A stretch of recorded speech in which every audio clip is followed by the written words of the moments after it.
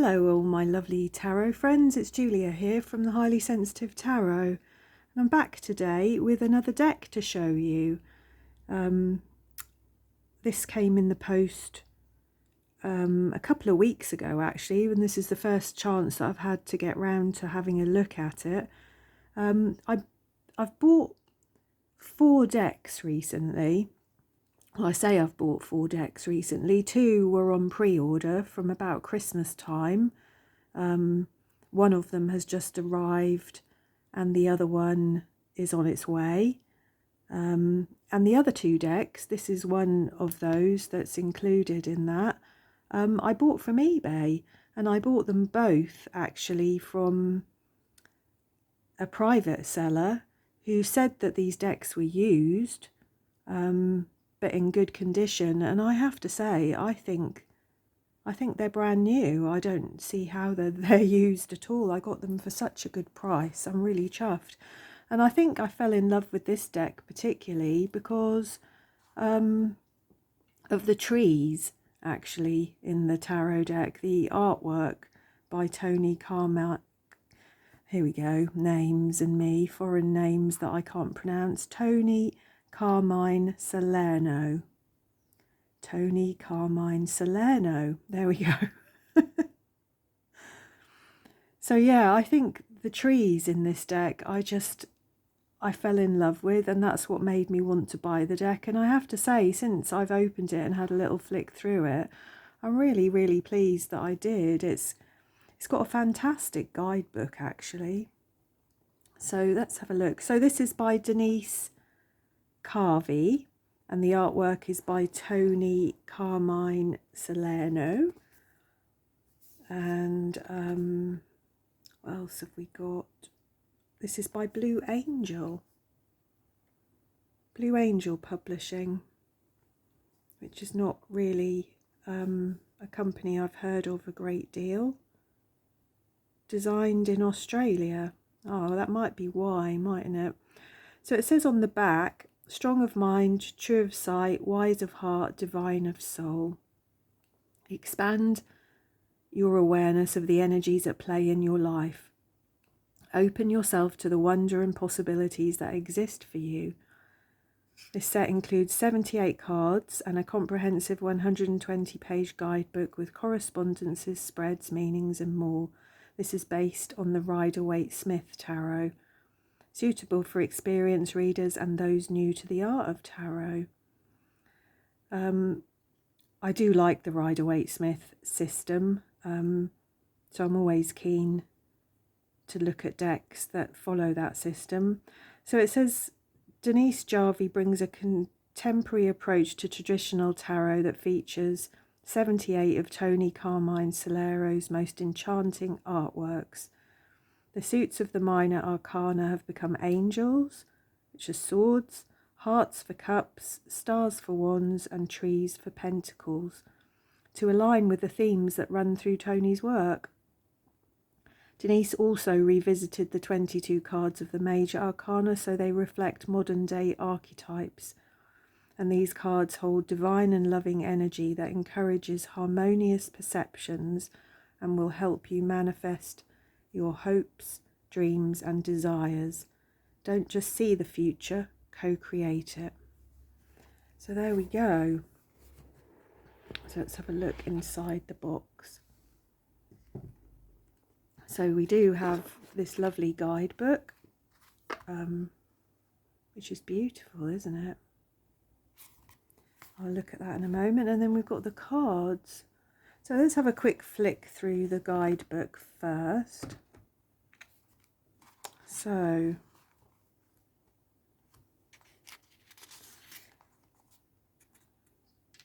please don't look at my fingernails today. Well, not my nails so much actually, but I've been quite stressed out recently and I don't bite my nails anymore.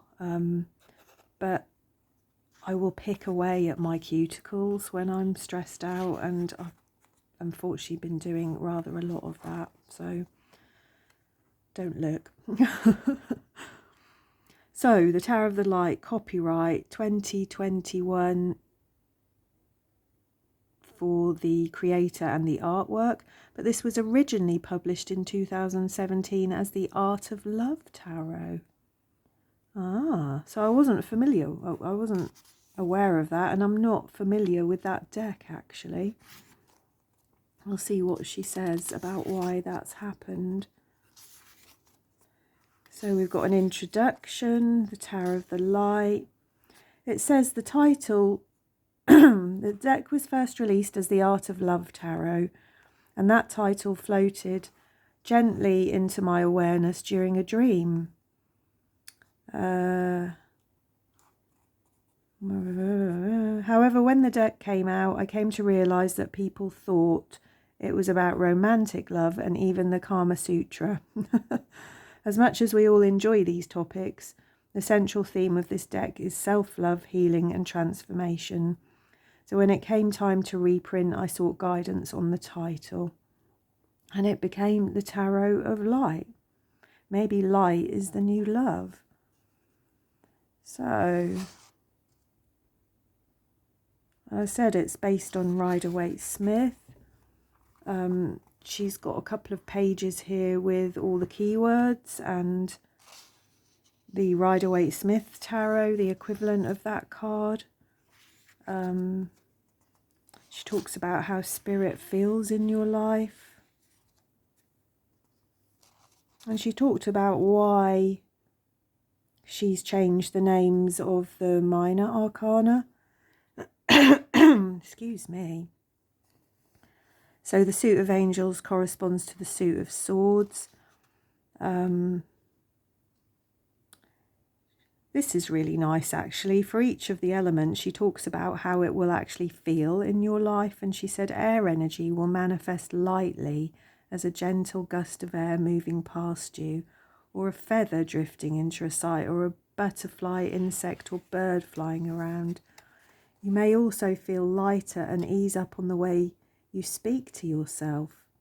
Air flows in your breath, breaking up outdated patterns and shifting the old air, unleashes any negative thinking and allows us to soar beyond what we thought possible. We've got how water feels in your life. Loving water energy will manifest as a stream of sensations and impressions that your feeling self will realise as emotions and intuition. It can cleanse us in a shower and purify the inner workings of our body through the water we drink. It's really nice. And then we've got trees, which are pentacles. And she said, loving earth energy moves through all physical realities. It feels solid and reliable like a tree, a dwelling, the ground below your feet, and the love of healing crystals. Through physical touch, earth opens doors into the loving wisdom that is the heart of all things. And then the stars, which are the wands. So fire energy ignites creative hope and warmth through the rays of the sun, the twinkling of the stars and the radiance of the fire. Fire provides us with security, warmth, protection, and a way to cook. It is a spark that leads the way by burning away the old to make new for new growth and potential. So she's got how to use the Tower of the Light, about asking questions, shuffling, spreads, reverse cards. We've got some spreads here. The Creative Heart, the Art of Light. And then she gets into the cards, and we've got a full page with a little picture on each card all the way through the book.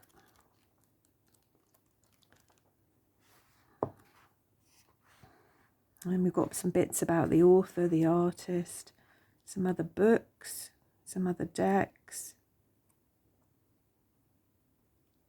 And it looks like some poetry at the back actually. So that's really nice. So let's have a look at these cards. So this is the back of the cards. It's I don't know whether the camera is actually picking up the design on the card too much there. Can you see that? There's sort of mandalas printed a little bit paler on the back.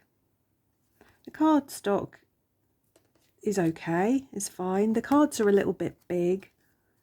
That's always my complaint, isn't it? The cards are a little bit big. The cards have a border. All the things I'd rather not see. I mean, I would like this card to be this size, to be honest. And to maybe have written at the bottom the 0 and the words. But yeah, I would probably prefer this deck to be that size. I think it's going to be my eternal complaint, isn't it, that cards are too big. So, as I said, these have been given different names. They're kind of archetypal words that she's using. They're Jungian words. There's lots of psychological work to be done within this deck. Yeah, we'll see as we go through the cards. I love the artwork, actually. Not all of it. Some of it is not quite to my taste, but I think it was the trees, particularly in this deck, that really got me. So we had the beginning, the initiation, the magician, the impulse, the high priestess, intuition, the empress, the mother, the emperor, the father. Instead of the hierophant, we've got guidance, the teacher. Very nice. The lover's ecstasy, the chariot, which is the path, exploration, strength, the force. The hermit is the retreat. Wow. I'm always very interested in the hermit card, actually. The wheel of fortune, breakthrough. So this is justice, the divine order, which I really like. We've got the turnaround. It's interesting. We've got the release, death, the metamorphosis, I should say. Actually, that's really interesting, that card, isn't it? So many little bits and pieces in that painting.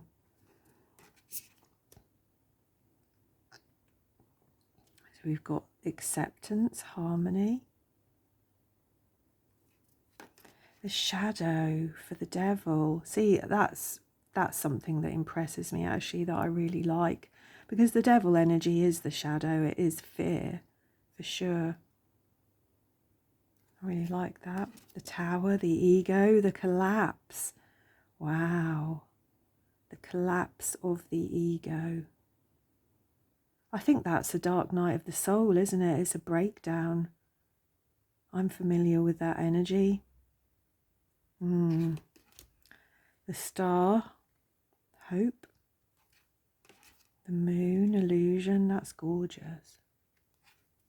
The sun, vitality. Again, a beautiful, beautiful card. Lovely colours. The awakening, emergence.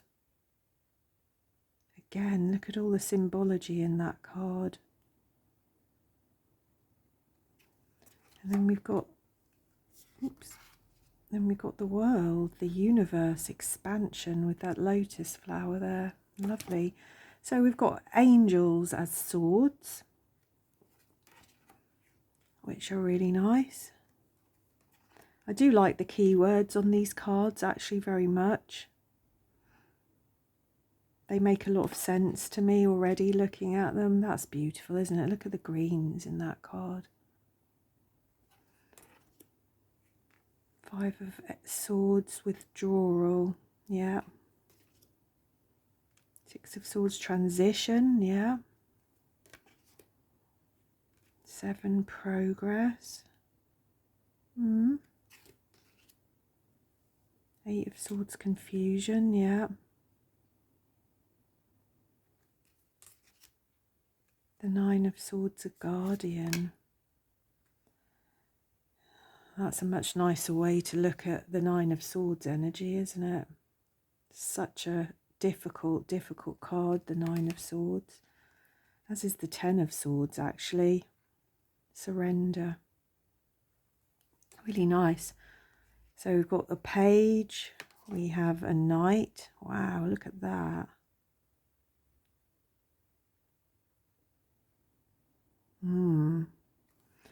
We've got a queen and we've got a king.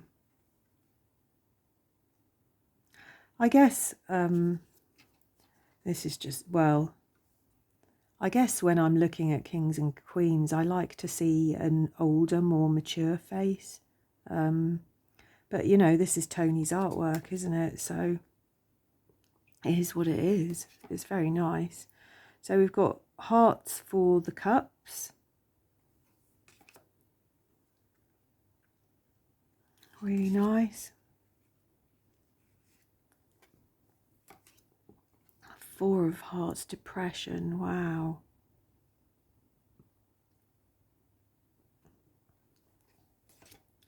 Five of Hearts, sorrow.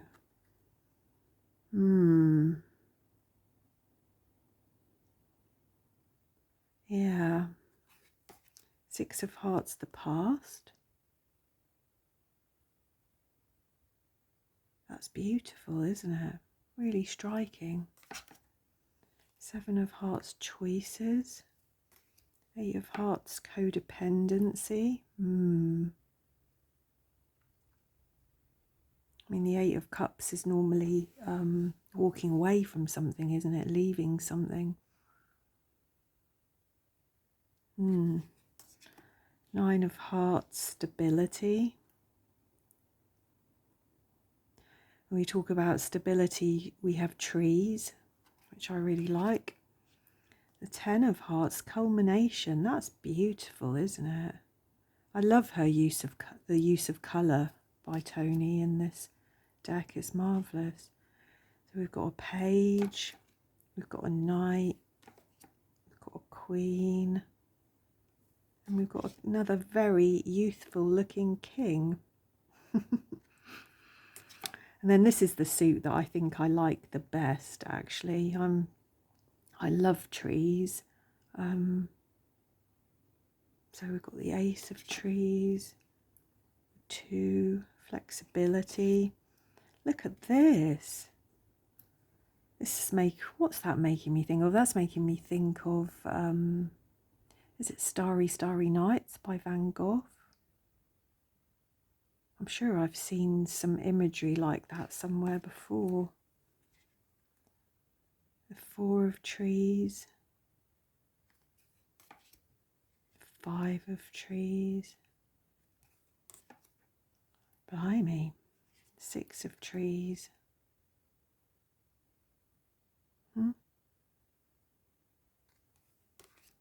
Seven of Trees, that's lovely. Contemplation.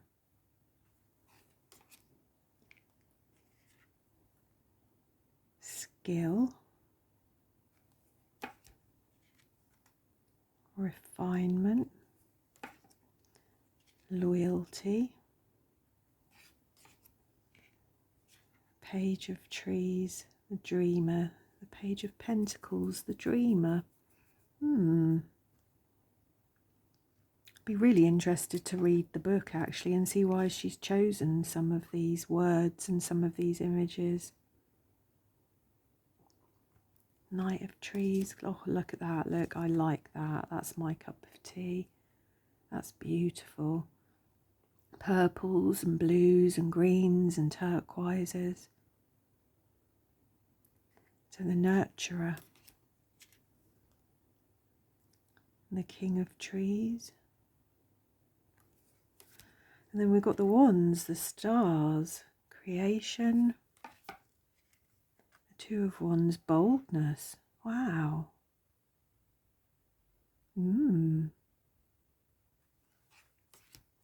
Three of Stars, visions. Advancement. diversity, success, lovely Leo, 7 of Stars, faith, bless, the 8 of Stars, surge,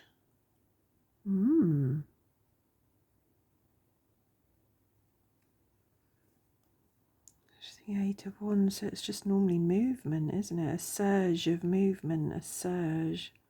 9 of Wands, perseverance, yes.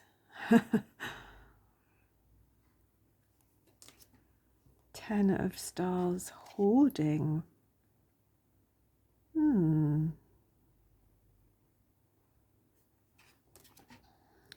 Page of Stars, curiosity.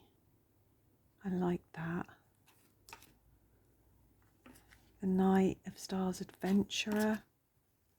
The Queen of Stars, illuminator, and another extremely youthful King of Stars. So there we go. Let's just pick one at random. I'll pick that one, I think. So I've picked the Awakening. Let's have a little read from the book and see what she says about this card.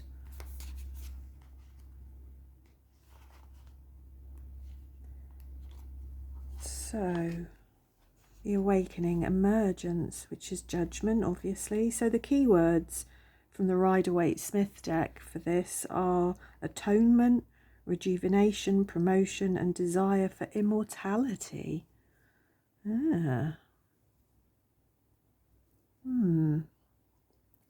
So it says the description of this card is the awakening gently rouses inner radiant truth. This image shows a divine spark emerging from the water of life and breathing in the physical world. The Ankh, have I pronounced that right? Ankh, the Egyptian symbol that we've got here, tells us that we are an eternal part of the whole, creating with endless wonder. Something of the spiritual is being shared with the physical and vice versa. The space where the two engage expands beyond fear into an ocean of love. So bask in the brightness of this image. Let it reflect the beauty of each moment and see love wherever you look. As your vision moves between worlds, your perception will expand to reveal more love. And the meaning of this card is it acknowledges a complete union and alignment within yourself. The physical and spiritual have merged. Until now, you've been holding back in a situation. You've been looking at something or someone with your physical eyes. However, your inner eye is awakening and you are now seeing from a renewed and loving perspective. Your physical eye sees conditionally.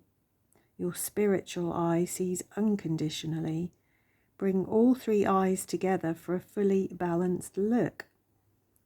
You have seen what is possible beyond the fear and limitations, so it's now time to put your whole self forward.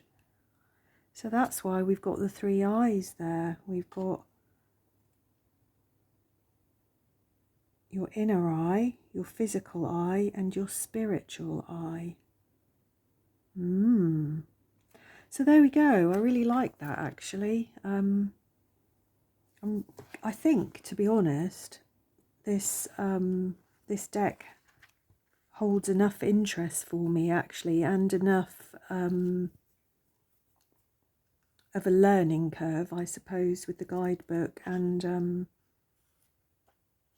some of the names being changed and bits and pieces. I think I'm going to use this as a deck study for a month, so I think probably for May or June perhaps.